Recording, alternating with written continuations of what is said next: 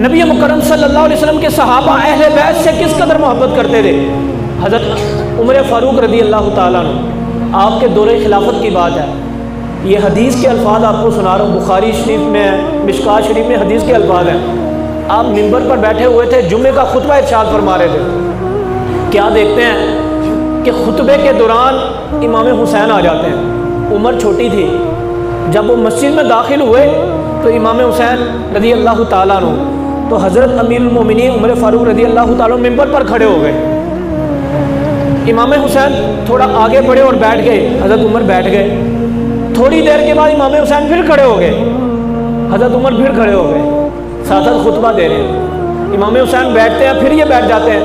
सब लोग तजस्सुस के आलम में परेशान हो गए कि अमीरुल मोमिनीन को आज क्या हो गया कि कभी खड़े हो जाते हैं, कभी बैठ जाते हैं।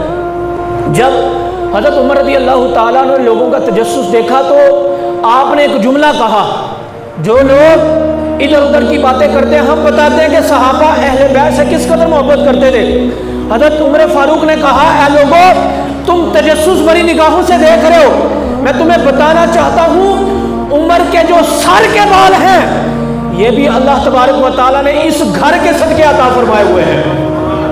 आपने इस कदर मुबालगा आराई कर दी, बता दिया तुम रोटी की बात करते हो, तुम इज्जत की बात करते हो, तुम खिलाफत की बात करते हो, ये सब कुछ तो उनका सदका है, लेकिन बाल जो है ना सर के, ये भी इन्हीं का सदका मिला हुआ है।